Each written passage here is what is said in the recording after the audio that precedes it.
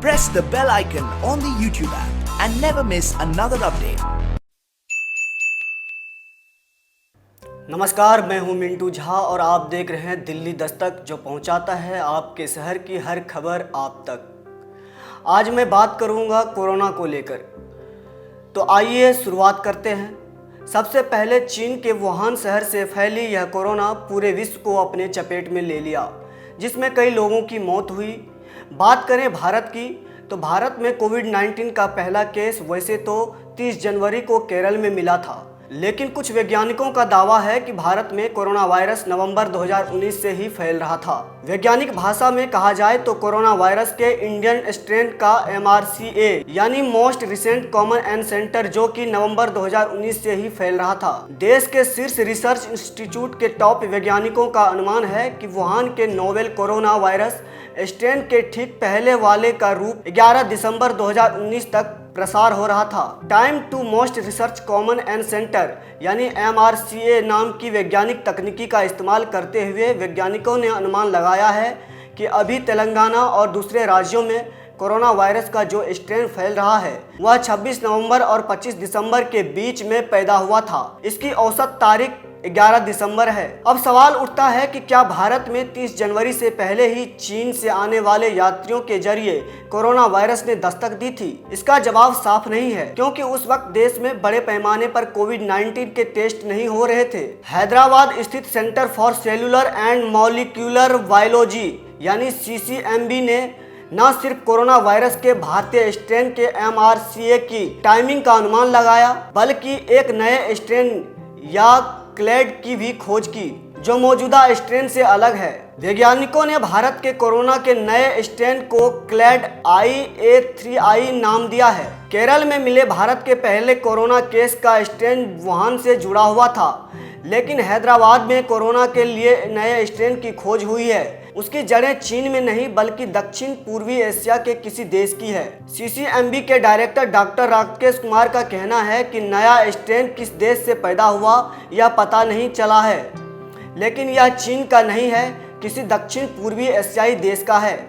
वैज्ञानिकों ने भारत में कोरोना वायरस के जिस नए स्ट्रेन को खोजा है वह तमिलनाडु, तेलंगाना और महाराष्ट्र, दिल्ली में बड़े पैमाने पर फैल रहा है। बिहार, कर्नाटक, यूपी, बंगाल, गुजरात और मध्य प्रदेश में भी नया स्ट्रेन फैल रहा है। देश में कोरोना के मामले तेजी से बढ़ रहे हैं। राजधानी दिल्ली में कोरोना के केसों में उछाल से टेंशन बढ़ी है। हालांकि अच्छी बात यह है कि इस जानलेवा वायरस से पीड़ित लोग बड़ी संख्या में ठीक भी हुए हैं। सरकार के अनुसार कोविड-19 से देश में अब तक 6075 लोगों की जान गई है। वहीं 2,16,919 लोग इस वायरस की चपेट में हैं। खास बात यह है कि 1,04,107 लोग ठीक हो चुके हैं। पिछले 24 घंटे में सबसे ज्यादा 9,304 नए केस सामने आए हैं, जबकि 260 लोगों की मौत हुई है।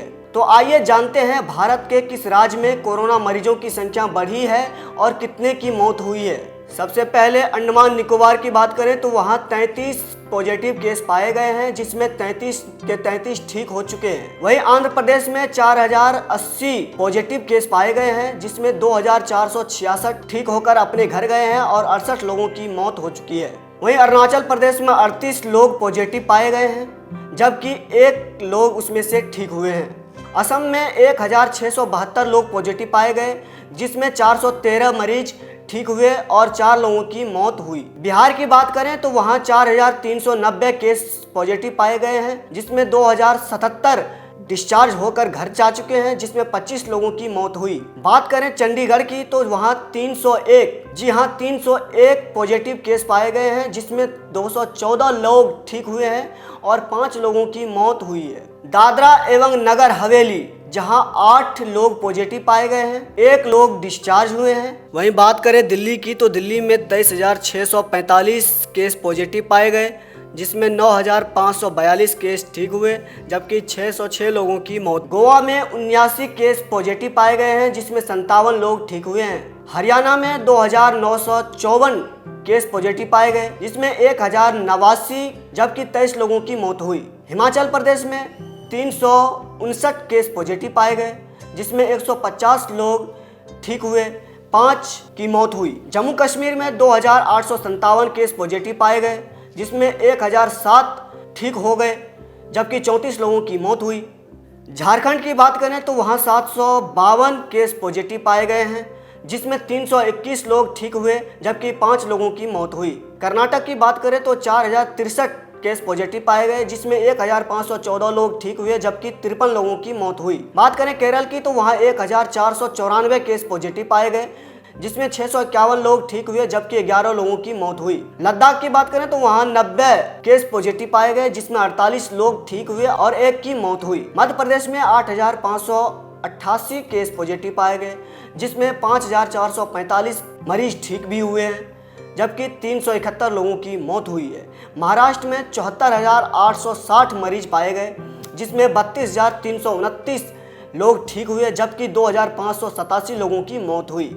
वहीं मणिपुर में 118 मरीज पॉजिटिव पाए गए जबकि 38 मरीज ठीक हुए। मेघालय में 33 केस पॉजिटिव पाए गए, जिसमें 13 लोग ठीक हुए और 1 लोगों की मौत हुई। मिजोरम में 14 केस पॉजिटिव पाए गए, जिसमें 1 मरीज ठीक हुए जबकि मौत की आंकड़ा 0 है। नागालैंड में 58 केस पॉजिटिव पाए गए हैं। वहीं उड़ीसा में 2388 केस पॉजिटिव पाए गए, जिसमें 1416 लोग ठीक हुए हैं जबकि 7 लोगों की मौत हुई है। वहीं पांडुचेरी की बात करें तो वहां 82 लोग पॉजिटिव पाए गए, जिसमें 25 लोग ठीक हुए हैं। पंजाब में 2376 केस पॉजिटिव पाए गए, जिसमें 2029 लोग ठीक हुए, 47 लोगों की मौत हुई।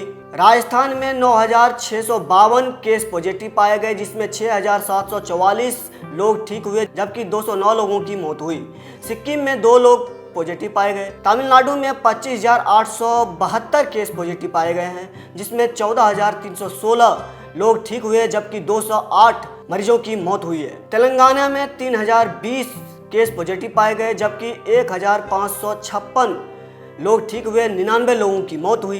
त्रिपुरा में 468 केस पॉजिटिव पाए गए, जिसमें 163 मरीज ठीक हुए। उत्तराखंड में 1085 केस पॉजिटिव पाए गए, जिसमें 282 मरीज ठीक हुए जबकि 8 मरीजों की मौत हुई। उत्तर प्रदेश में 8729 केस पॉजिटिव पाए गए, जिसमें 5176 लोग ठीक हुए जबकि 229 लोगों की मौत हुई।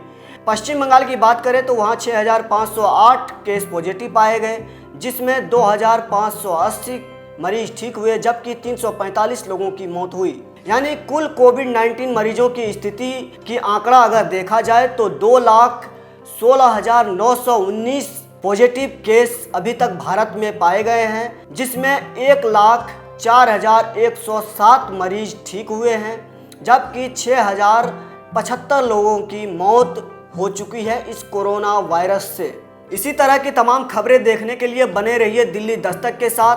लाइक, शेयर, सब्सक्राइब करना ना भूलें। धन्यवाद।